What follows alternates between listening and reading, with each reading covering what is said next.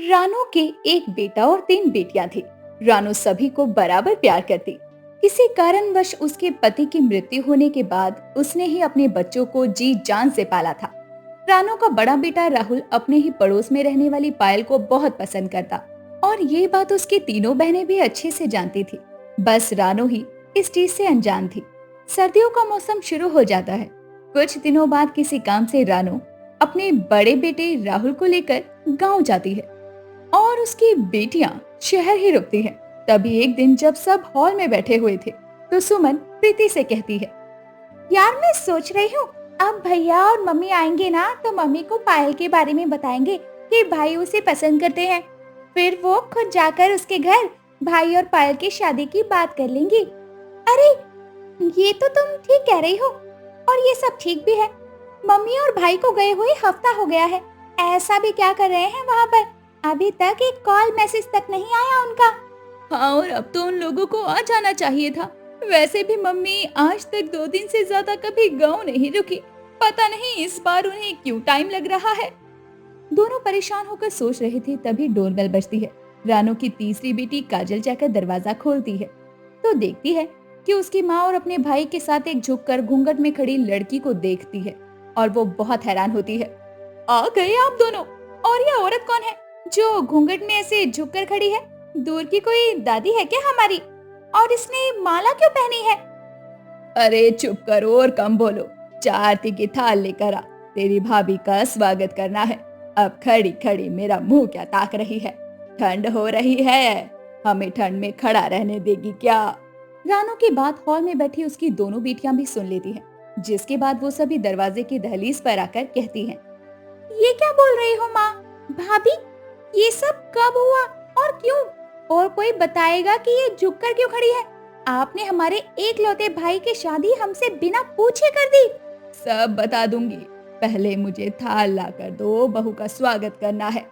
जिसके बाद काजल उसे थाल ला कर देती है और सभी भाभी का स्वागत करके उसे घर में लाते हैं। जिसके बाद सब हॉल में बैठे होते हैं और रानो कहती है, दरअसल मैंने ये बात तुम सबको नहीं बताई कि तुम्हारे पिताजी और चांदनी के पिताजी बचपन के दोस्त थे और चांदनी के पिताजी ने मरते हुए ये वादा लिया था हमसे कि चांदनी इस घर की बहू बनेगी। पर जब हम गांव गए तो चांदनी की माँ भी मर गई, इसीलिए हमें इसकी शादी करवा कर इसे अपने साथ लाना पड़ा। और ये झुकी हुई इसीलिए है क्योंकि ये कुबड़ी है। आप तीन नंदों की एक भाभी लाए और वो भी कुबड़ी? आपने ऐसा क्यों किया? भैया की जिंदगी बर्बाद करके रख दी। आपको इसका कोई हक नहीं था। बस करो तुम तीनों, ये सब मेरी मर्जी से हुआ है और मुझे चांदनी पसंद है। अब मैं उसके बारे में और कुछ नहीं सुनूंगा। और वैसे भी अगर मां ने इसे मेरे लिए चुना है तो यही सही। मैं अपने पिता का वचन जरूर पूरा करूंगा और हमेशा चांदनी का साथ दूंगा। चलो चांदनी, हम कमरे में आराम करने चलते हैं। इतना कहकर राहुल चांदनी को अपने साथ कमरे में आराम करने ले जाता है, लेकिन तीनों नंदे इस बात से अंदर ही अंदर घुट रही थी कि उसके भाई की जिंदगी बर्बाद हो गई है। जिसके बाद वो तीनों प्लान बनाती हैं कि चांदनी को नीचा दिखाकर ही रहेंगी। अगली सुबह जोरदार ठंड में जब चांदनी जल्दी उठकर सबके लिए अपनी पहली रसोई में नाश्ता बनाती है और पूरा परिवार नाश्ता करने बैठता है तो नाश्ता थूकते हुए प्रीति कहती है, थू, कितना गंदा खाना बनाया है। छी छी छी छी छी, इससे पहले रसोई में नहीं गई हो क्या? तमीज से बात करो, भाभी है तुम्हारी। और शहर के खाने में और गांव के खाने में थोड़ा फर्क तो होता है, सीख जाएगी धीरे धीरे। अच्छा, मैं ऑफिस निकल रहा हूँ। माफ करना मम्मी, पर मैं ये खाना नहीं खा सकती। अच्छा ठीक है, तू बैठ, मैं अपने हाथों से पराठे सेक कर लाती हूँ। इतना कहकर रानू पराठे बनाने रसोई में जाती है और तीनों नंद मौका पाकर चांदनी के पास आकर उसे जलील करती हुई कहती हैं, अरे क्या बात है प्रीति, ये तो बिना मोल की है, तभी तो कुबड़ी है। अरे पुष्पा के नक्शे कदम पर नहीं चल सकती क्या? क्योंकि वो झुकेगा नहीं और ये उठेगी नहीं। अरे इसकी किस्मत तो देखो, राहुल भैया जैसा पति मिल गया और माँ जैसी सास।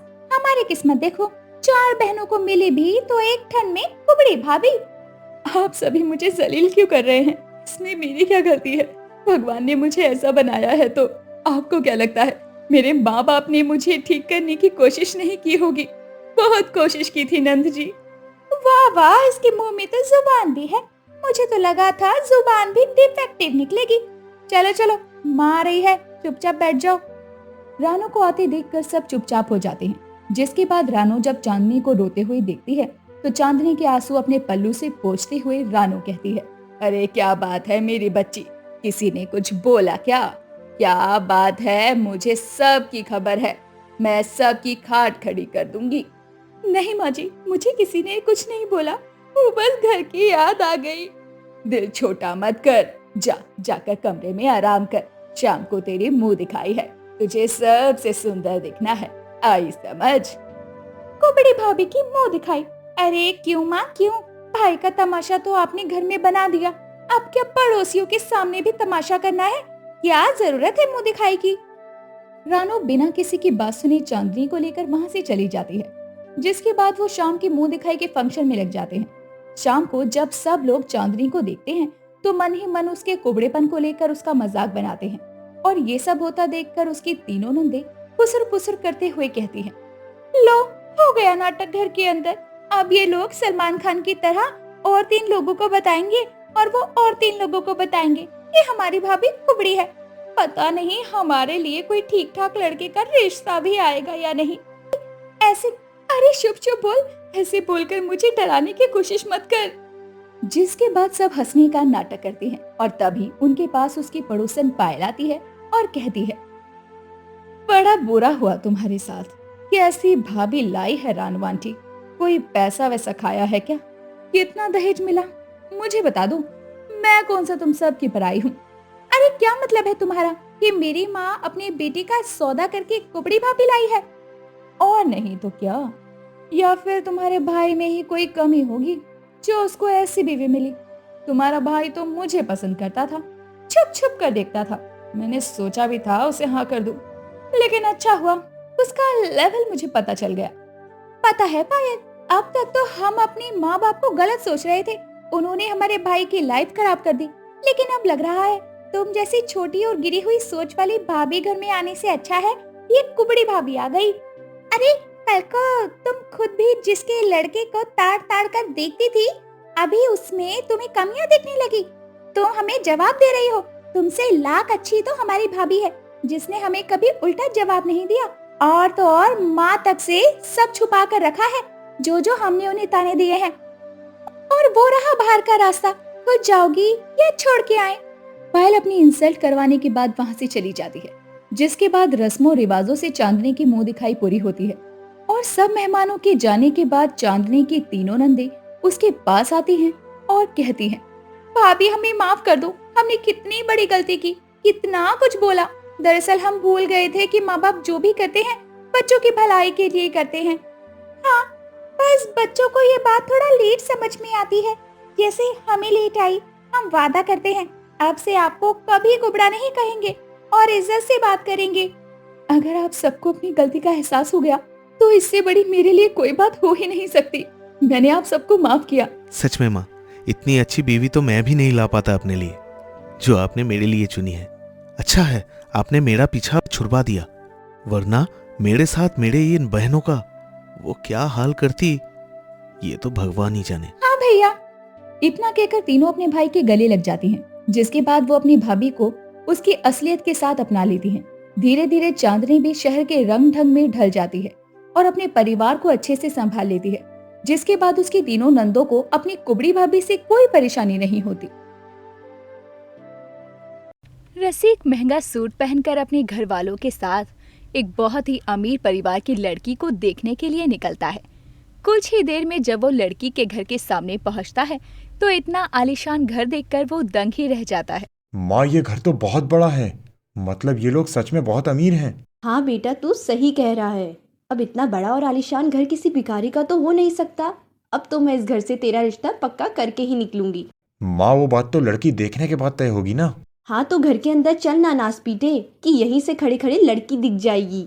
इतना कहकर मंगला उसके सर पर एक टपली मारती है। जिसके बाद दोनों अंदर जाते हैं। घर के नौकर चाकर उन्हें चाय पानी पूछते हैं और लड़की के घर वाले भी उनकी खूब आओ भगत करते हैं। ये सब देखकर रसिक और उसकी माँ के मन में लड्डू फूटने लगते हैं। तभी दीपिका वहाँ आती है। उसे देखकर तो रसिक और उसकी माँ की खुशी हैरानी में बदल जाती है, क्योंकि दीपिका बहुत काली थी। बहन जी, यही है मेरी बेटी दीपिका। इतनी काली दीपिका? जी, आपने कुछ कहा? हाँ, वो कह रहा है कि कितना सुंदर नाम है तुम्हारा बेटी दीपिका, बिल्कुल हीरोइन के जैसा, है ना रसिक? हाँ हाँ, माँ सही कह रही है, मैं यही कह रहा था। दोनों पक्षों के बीच बातचीत होती है। दीपिका रसिक से कुछ सवाल पूछती है, लेकिन रसिक दीपिका से नजरें चुरा रहा होता है। तभी दीपिका और उसकी माँ रसोई से कुछ खाने को लेने जाते हैं। उनके जाते ही रसिक अपनी माँ से कहता है, माँ, ये लड़की तो कोयले से भी काली है। मतलब अमीर होने के बाद भी ये काली कैसे हो सकती है? लेकिन 10 कोयले की खदान खरीद ले, इतना पैसा है इसके पास। उसका कालापन दिख रहा है तुझे? अरे अमीर है वो, ये नहीं दिख रहा? लेकिन माँ, इतनी काली लड़की से शादी करूंगा तो लोग क्या कहेंगे? मेरी क्या इज्जत रह जाएगी उनके बीच? अरे इतनी अमीर लड़की से शादी करेगा तो पैसे के आते ही इज्जत ना करने वाले भी इज्जत करेंगे नालायक। और पैसे वाले लोग चाहे काले हो या गोरे, क्या फर्क पड़ता है? मेरे घर की बहू तो यही कलूटी बनेगी। दोनों माँ बेटे आपस में खुसुर फुसुर कर रहे थे कि तभी दीपिका और उसकी माँ विनीता हाथ में कुछ नाश्ता लिए वहाँ आ जाती हैं। ये लीजिए बहन जी, समोसे खाइए, खास आप लोगों के लिए बढ़िया हलवाई की दुकान से मंगवाए हैं। अरे बहन जी, इसकी क्या जरूरत थी? हम यहाँ खाने पीने नहीं, लड़की पसंद करने आए हैं। हाँ हाँ, वो तो है ही।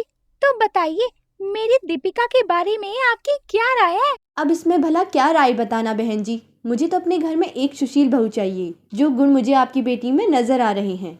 मतलब आपको मेरे काले रंग से कोई दिक्कत नहीं है, लेकिन मुझे ये रिश्ता मंजूर नहीं है आंटी जी, क्योंकि मुझे अपने लिए एक अच्छी सास चाहिए, ना कि पैसों की भूखी और लालची औरत। दीपिका की ये बात सुनकर मंगला हैरान रह जाती है। ये किस तरह बदतमीजी से बात कर रही है बेटी तू? ये बेटी कहकर नाटक करना बंद कीजिए, क्योंकि आपकी और आपके बेटे की सारी बात मैं सुन चुकी हूँ, और पैसों के लिए शादी करने वाला पति मुझे नहीं चाहिए। अरे तो तुम जैसी कलूटी बीबी किसे चाहिए? काली होकर इतना घमंड है तुम में? कहीं गोरी होती तो ना जाने क्या होता। अरे मैं क्या, कोई भी तुमसे शादी करेगा ना तो तुम्हारी अमीरी देखकर करेगा, ना कि तुम्हारा काला रंग देखकर। चलो माँ। और क्या? और हाँ कर लो। दीपिका नाम रखने से तू दीपिका सी सुंदर नहीं हो जाएगी, आई बड़ी मेरे बेटे को ठुकराने वाली। इस तरह दीपिका के लिए एक और रिश्ता उसके काले रंग के कारण हाथ से चला जाता है। दीपिका एक बहुत ही अमीर परिवार में पली बड़ी लड़की थी। उसके पास किसी चीज की कोई कमी नहीं थी, लेकिन उसका रंग काला था, जिस कारण जो भी रिश्ता उसके लिए आता वो उससे दहेज और पैसे के लिए ही शादी करने को हाँ कहती, जिसके कारण दीपिका खुद ही शादी के लिए मना कर दिया करती। पर उसकी माँ उसकी शादी ना होने से बहुत परेशान थी। ना जाने क्या लिखा है इस लड़की के भाग में, कहीं भी रिश्ते की बात ठीक से आगे ही नहीं बढ़ रही। मेरी तो चिंता खत्म ही नहीं हो रही। माँ, आप क्यों इतना परेशान हो रही हो?